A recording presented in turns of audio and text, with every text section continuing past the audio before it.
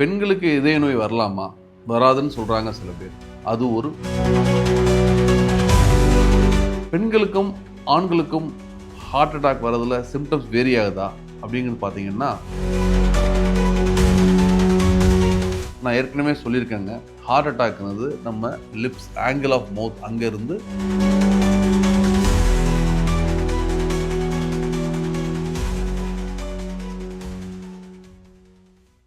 வணக்கம். பெண்களுக்கு இதய நோய் வரலாமா? வராதுன்னு சொல்றாங்க சில பேர். அது ஒரு பொய். அதாவது மித்.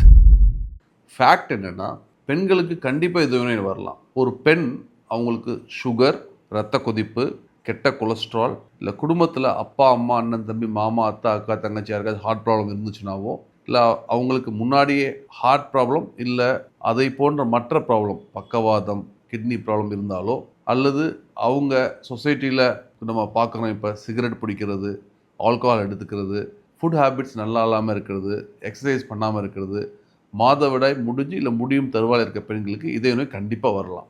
பெண்களுக்கும் ஆண்களுக்கும் ஹார்ட் அட்டாக் வரதில் சிம்டம்ஸ் வேரி ஆகுதா அப்படிங்கிறது பார்த்தீங்கன்னா, நிறைய சிம்டம்ஸ் வேரி ஆகுதில்ல, சில முக்கியமான சிம்டம்ஸ் வேரி ஆகுது. ஹார்ட் அட்டாக் அப்படின்னா நெஞ்சு வலின்னு சொல்கிறோம். லாஸ்ட் வீக் ஒரு பேஷண்ட்ஸ் பார்த்தேன்னா, அவங்க சார் எனக்கு நெஞ்சு வலி இங்கே தான் வந்துச்சு அப்படின்னு சொன்னாங்க. அந்த அம்மா ஹார்ட் லெஃப்டில் இருக்குது, ஆனால் எனக்கு வலி இங்கே தான் வந்துச்சுன்னு சொன்னாங்க.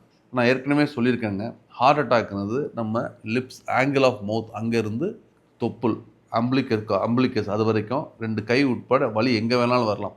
சில பேர்த்துக்கு முதுகு மட்டும் வலிக்கும், சில பேர்த்துக்கு இந்த காது மட்டும் வலிச்சு, அது மாதிரிலாம் ஹார்ட் ப்ராப்ளம் வரலாம். இப்போ இந்த மாதிரி வர ஏடிபிக்கல் சிம்டம்ஸை நாங்கள் ரொம்ப காமனாக பெண்கள்கிட்ட பார்க்குறோம். அதாவது டிப்பிக்கலாக ஹார்ட் பெயின் நெஞ்சுக்கு முன்னாடி ஒரு பெரிய பாறாங்களை வச்சு அழுத்துற மாதிரி வலிக்கும். அந்த வலி தாடைக்கு வரலாம், இல்லை கைக்கு பரவலாம். வந்துட்டு போகும் வலி. ஆரம்பத்தில் கம்மியாக இருக்கும், கொஞ்சம் கொஞ்சமாக அதிகமாகும், அப்புறம் கம்மியாகும். வேக்சிங் அண்ட் வேனிங்னு சொல்லுவோம் நாங்கள் எங்கள் டெர்மினாலஜியில். இது டிப்பிக்கல் கார்டியாக் ரிலேட்டட் பெயின். இதை நாங்கள் ஆன்ஜைனான்னு சொல்லுவோம்.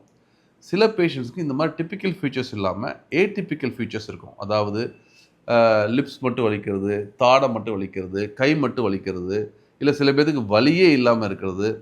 அதை நாங்கள் ஆன்ஜைனல் ஈக்குவேலன்ட் சொல்லுவோம். மூச்சு விட கஷ்டம் இருக்கிறது, வாந்தி வர்ற மாதிரி இருக்கிறது, இல்லை வாந்தி வந்துடுறது, வயிற்று வலிக்கிறது, முதுகு வலிக்கிறது, இதெல்லாம் ஏடிபிக்கல் சிம்டம்ஸ் ஆர் ஆன்ஜைனல் ஈக்குவல்ஸ்ன்னு சொல்கிறோம். இந்த மாதிரி ஏடிபிக்கல் சிம்டம்ஸும் ஆன்ஜைனல் ஈக்குவல்ஸும் are much more common in women as compared to மென்.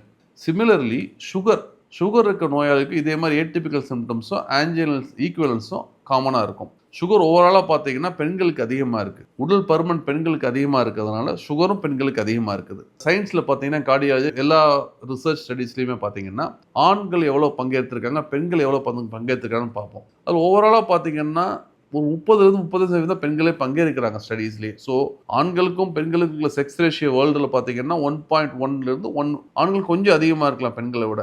ஆனால் அறிவியல் பூர்வம் பண்ணுற ஸ்டடியிலேயே பெண்களுக்கு 33% தான் இடம் கிடைக்குது. அதாவது என்ன, பெண்கள் நோய் வந்தாலும் வரமாட்டுறாங்க ஆஸ்பத்திரிக்கு. அது ஒரு முக்கியமான ஒரு இன்ஃபர்மேஷன்.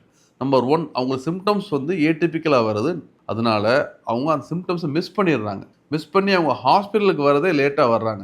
ஒரு நோய்க்கு நம்ம வைத்தியம் அளிக்கிறோம் அப்படின்னா, அந்த நோயோட வைத்தியத்தினால அந்த பேஷண்ட்டுக்கு வர பெனிஃபிட்ஸ் எப்போ நல்லா இருக்கும்னா, அவங்க மருத்துவரை கரெக்டான டைமில் அணுகணும். இப்போ ஹார்ட் அட்டாக் ஒருத்தவங்களுக்கு 0th ஹவரில் வருது அப்படின்னா, அவங்க எவ்வளோக்கு எவ்வளோ சீக்கிரம் மருத்துவர் அணுகி வைத்தியம் பார்க்குறாங்களோ அவ்வளோக்கு எவ்வளோ அவங்களுக்கு பெனிஃபிட் வரும். மருத்துவர் அணுகிறது லேட்டாக வந்துச்சு அப்படின்னா, எஸ்பெஷலி நம்ம ட்ரீட்மெண்ட் கொடுக்க ஆரம்பிக்கிறது லேட் ஆகிடுது. அதனால் ட்ரீட்மெண்ட்டோட பெனிஃபிட்ஸும் கம்மியாகிடுது. அடுத்தது, நம்ம நினச்சிட்டு இருக்கோம் பெண்களுக்கு ஹார்ட் ப்ராப்ளம் வர்றது கம்மியாயிடுச்சு அப்படின்னு. சில பேர்த்து பார்த்தீங்கன்னா மாதவிடாய் முடிஞ்சதுக்கு அப்புறம் தான் பெண்களுக்கு ஹார்ட் அட்டாக் வருது அப்படின்னு ஃபீல் பண்ணுறாங்க. Of late especially for some unknown reasons, maybe நம்ம வெஸ்டர்னைஸ் கல்ச்சருக்கு மாறதுனால, நம்ம ஃபுட் ஹேபிட்ஸ் மாறதுனால, நம்மளை சுற்றி இருக்க என்விரான்மெண்ட், அதாவது air pollution, noise pollution, they may also act like a precipitating factors or some risk factors for heart problem.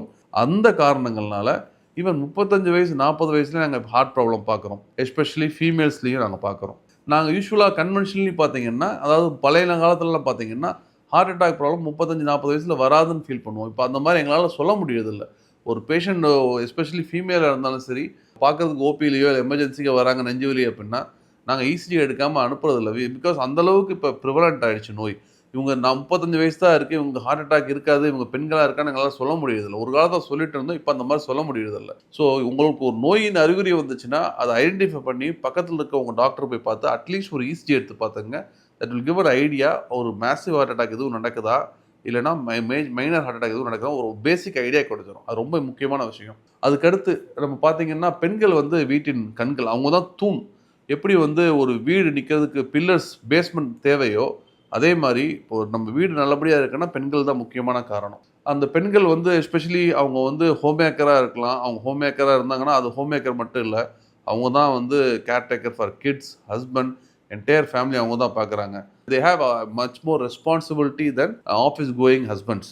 அவங்க எஸ்பெஷலி ஒர்க்கிங் ஃபீமேலாக இருந்தாங்கன்னா அவங்களுக்கு இன்னும் டென்ஷன் அதிகம். வீட்லேயும் டென்ஷன், ஆஃபீஸ்லேயும் டென்ஷன். இந்த மாதிரி இருக்கிற சுச்சுவேஷனில் அவங்க சிம்டம்ஸ் வரதோட இம்பார்ட்டன்ஸை மிஸ் பண்ணி அவங்க கண்டினியூட் ஆக்டிவிட்டீஸ் பண்ணிடுறாங்க. ஸோ லேட்டாக மருத்துவர் அணுகுறாங்க. இது ஒரு முக்கியமான காரணம்.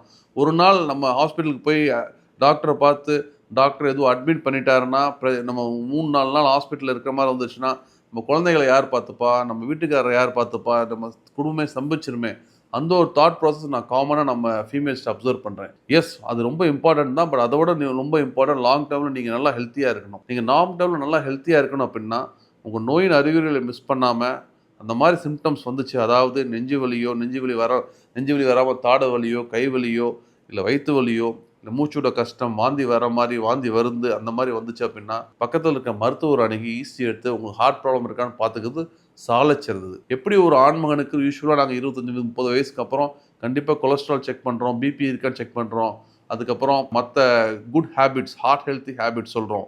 அதாவது டெய்லி 45 மினிட்ஸ் நடக்கணும், வாரத்தில் 5 நாள் நடக்கணும், நிறைய காய்கறிகள், பழங்கள் சாப்பிடணும், கார்போஹைட்ரேட் ரிச் ஃபுட்ஸ் கம்மி பண்ணணுமா, அதே உணவு முறைகளை நம்ம உமன்ஸும் இப்போ ஃபாலோ பண்ணணும்னு நான் ஸ்ட்ராங்காக சொல்கிறேன். தேங்க்யூ.